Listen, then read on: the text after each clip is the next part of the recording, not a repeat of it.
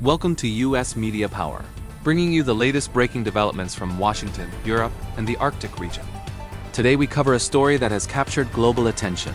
President Donald Trump is reportedly considering imposing new tariffs on countries that oppose his controversial plan to annex Greenland, a move that is drawing concern from U.S. allies and analysts worldwide. This announcement has raised questions about diplomatic norms, trade policy, and the strategic importance of Greenland in the 21st century. During a recent White House event focused on domestic policy, President Trump stated that he may apply tariffs against countries that do not support U.S. interests in Greenland. While the specifics of the announcement remain unclear, the statement has sent shockwaves through diplomatic channels. Analysts note that using tariffs as a tool to influence foreign policy decisions among close allies is highly unusual and could set a precedent with significant ramifications for international relations. The president emphasized that Greenland is critical to U.S. national security and suggested that countries opposing U.S. objectives may face economic consequences. Greenland, the world's largest island, lies strategically between the Arctic and Atlantic Oceans. Its sparse population of around 56,000 people belies its geopolitical significance. In recent years, Greenland has gained attention due to its vast mineral resources, potential shipping routes opened by melting Arctic ice, and its proximity to both North America and Europe. While Greenland is an autonomous territory under the sovereignty of Denmark, it is clear that U.S. officials view the island as a key asset in advancing national security, economic, and strategic interests. Historically, the United States has maintained a military presence in Greenland dating back to World War II. During that era, the U.S. established airbases and radar stations to monitor Axis naval activity and protect shipping lanes in the North Atlantic. These bases became part of a broader network during the Cold War, forming an essential link in early warning systems against potential threats. Today, U.S. military facilities in Greenland continue to serve as strategic observation posts for missile defense and Arctic surveillance. The president's mention of tariffs has raised questions regarding trade law and international norms. Typically, tariffs are applied to protect domestic industries or in response to unfair trade practices. But the proposal to use tariffs as leverage for geopolitical aims represents a novel approach. Experts warn that targeting countries that oppose U.S. ambitions in Greenland could provoke retaliation, disrupt global trade flows, and damage relationships with key allies, particularly within NATO and the European Union. Denmark, as the sovereign authority over Greenland, has responded firmly to U.S. statements. Danish leaders emphasized that Greenland's future is a matter for Greenlanders and the Danish government to decide, not for external powers to dictate. The Danish Foreign Ministry has called for continued dialogue and diplomatic engagement, but it is clear that tensions are rising. European allies, including Germany, France, Norway, and Sweden, have expressed concern about potential unilateral action by the United States in matters affecting Greenland, underlining that international cooperation in the Arctic is crucial for security and stability.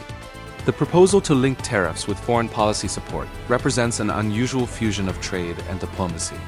Analysts note that such an approach could complicate existing trade agreements, including U.S.-EU partnerships, and might violate elements of the World Trade Organization framework. The uncertainty surrounding which countries might be targeted, the type of goods involved, and the timeline for implementation has generated concern among economists and foreign policymakers.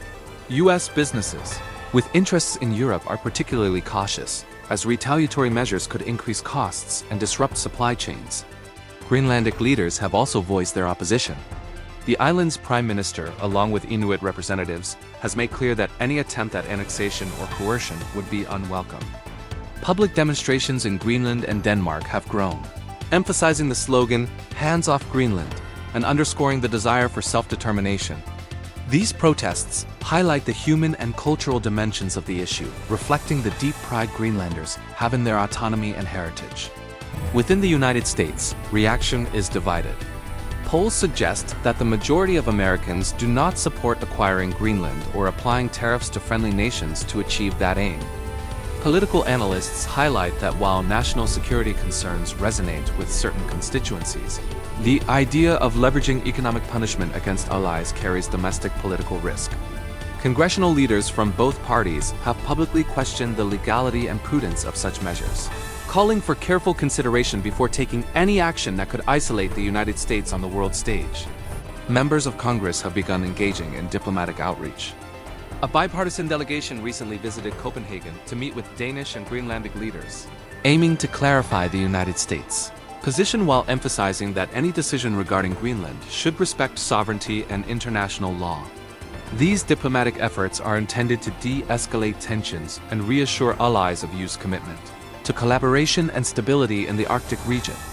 Military analysts have pointed out that Greenland's strategic importance goes beyond territorial ambitions.